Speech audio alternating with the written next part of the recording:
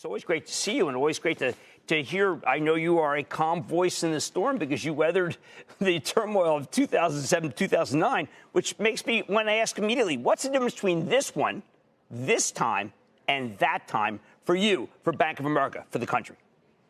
Well, sure. Thanks, Jim, for having me on. And before we get into the facts about the company or about the markets or about what's going on, we all have to step back and realize this is a humanitarian crisis, and you heard the Vice President talk about that. And there's real people, real families, and we have to help them and make sure that we get them the best treatment in our company with our teammates and their families and in all your companies. So that's the number one thing. Don't ever forget that as we get into numbers and facts and figures. And the second thing is this is a war. And the nice thing, compared to all the other wars anybody's ever been in around the world, this is a war we're all on the same side to defeat the virus. So we're seeing that. As we think about how we go to war as a company, what's different this time is clearly our capital, our liquidity, the work that was done in our company and our industry across the last decade plus with the regulators, the laws, the rules, regulations, and everything that changed has led the banking industry to be in a great condition to serve its clients continuously through the last few weeks as this thing has hit the economy, and you've seen loan draws and things like that. So that's the major difference. So running the company now, it's been more about operational matters versus risk matters, which is how do we get the people deployed, 150,000 teammates working from home and things like that. So it's much different than walking down the streets, walking down 6th Avenue in 2007, 2008, and being worried all about risk. It's now much more about how do we operationalize and help the economy get back on its feet. That's a great point, because I also remember 2007-9 layoffs. I think you are taking the pledge not to lay off, which is a rather remarkable pledge. You have a lot of people on your team.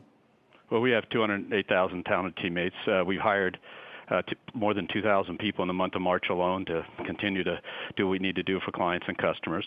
And if you think about that, of course, we don't want our teammates to worry about their jobs during a time like this. So we told them all there's no issue. You're all going to be working through year end. No layoffs, nothing. And we'll continue to pay everybody, even those who can't work from home because they just don't have the type of work they do isn't doable from home. We are continuing to pay those people, and we'll continue to work with them ultimately to get them back, helping us work on matters. But our teammates should be rest assured, and beyond that, we're doing even more. We raised the wages, and our branch teammates are out dealing with clients every day. We've increased the overtime in some of the centralized processing groups, and we've continued to take good care of our teammates in terms of social distancing, separation, the types of things you heard the Vice President talk about, and changed our health care benefits to allow free testing and unlimited teledoc. We're doing everything we can to make sure our 200,000 plus teammates and the 600,000 family members behind them all feel good.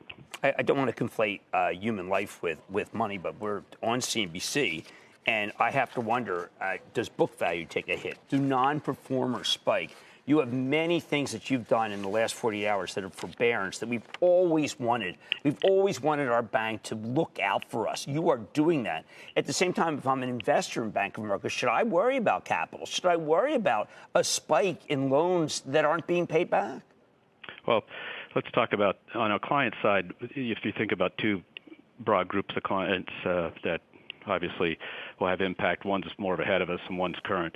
On the commercial side, just the month to date, in the month of March, we've probably extended almost more than $50 billion of loans, outstanding loans, and during the month to help those clients build the cash they need to survive, and so they can keep their teammates employed. And so we basically put our capital work to increase the new lines of credit, the draws on lines of credit, the access to the markets, the investment grade clients, getting them out to market. So we're helping continue to build a cash base for those clients to be able to weather the storm here.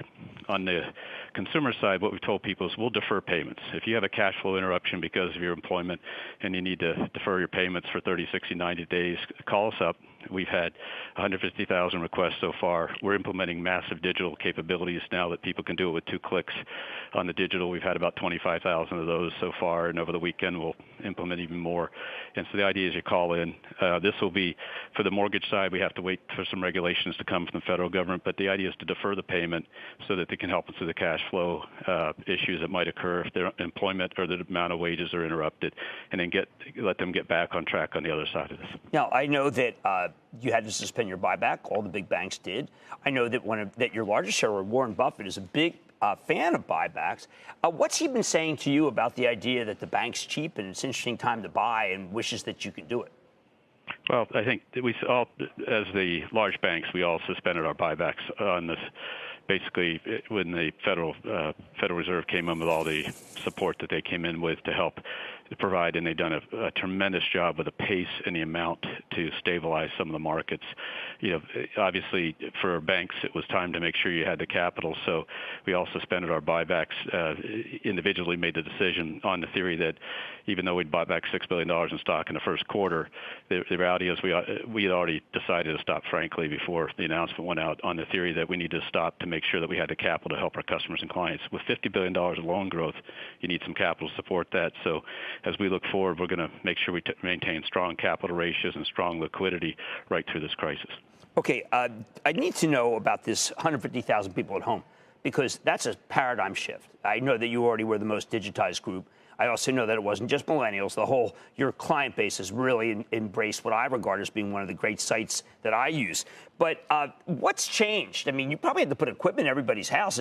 Do you see this as being the new way that a lot of people, and you're an environmentalist, I know you as a caring person in many different ways, there's a lot of good things that come from working at home, both for community and also for the environment. Could this be the new Bank of America? Well, I think you wouldn't want to do it this way at this pace. To give you a sense, we've gone from 10,000 people having a monitor at home to 50,000 people in 5 weeks. And so the pace that Kathy Bessant and the team have deployed this technology, the capacity of the networks that we built up in advance of this and all have performed very well. But it's not something you want to do because, frankly, from a standpoint of culture and how you want to work with people, you want people to come in the community of working together. Think of a trading floor. We thin down our trading floors. We put traders in other locations, and we have traders trading from home. That's not the right way to work it. There's other jobs where people on the road, commercial relationship managers, they're always on the road, even if they have an office. So I think it'll have an impact, but I don't think it'll have quite the impact people are thinking right now. Okay, about the money to your customers, Secretary Mnuchin, it's a monumental effort to get that much money in people's pockets in 3 weeks. Are you confident that that money can get there?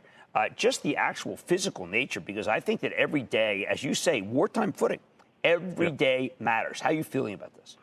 Well, I think if you think about the programs in the new bill, which hasn't even become law yet, hopefully today that is taken care of. But if that becomes law, we are waiting like every other bank. I was on with a group of the top 40 banks in the country this morning. We're all waiting the regulations and the implementation of the small business lending program. Ultimately, the Main Street facility Chair Powell talked about the other day, and then even in the other facilities. So we're all waiting those facilities because we need the implementation to come from them, and then we'll do everything we can to get that money through the system. But I think people, you have to be patient to make sure that we do it the right way, meaning they come out with the regulations because it's their money, it's the taxpayers' money, and we got to make sure it's applied to the right way and done right by us. But we have to wait till they give us the regulations. Do you get a run every day about how many people came down with the virus? We keep track of everybody. Thank God we have a limited number of cases, but more important, we're tracking all the people who are in periods of cooling off. And we track that very carefully, make sure that they come through without getting sick, and if they need to be tested and stuff, we try to work with them. Well, the only reason I ask this is because Boris Johnson comes down with today. I talk with my wife every night. Are we going to get it? Is our kids going to get it? Who's going to get it? Do you have to think like that at the bank? You have people working closely with each other. Social distancing, I'm sure you're trying to practice it, but it's on everybody's minds. Am I going to get it?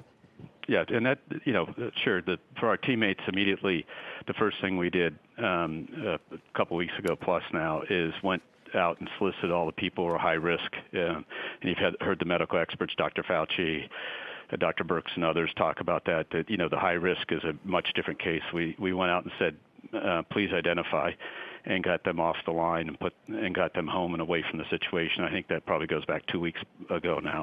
So we got them out first, and then we started the work from home implementation about the same time frame and then immediately started moving traders out. We started separating the distance between traders and call center operators. So think of a call center having maybe half the people in it that it would have a month ago so that they can get social distancing.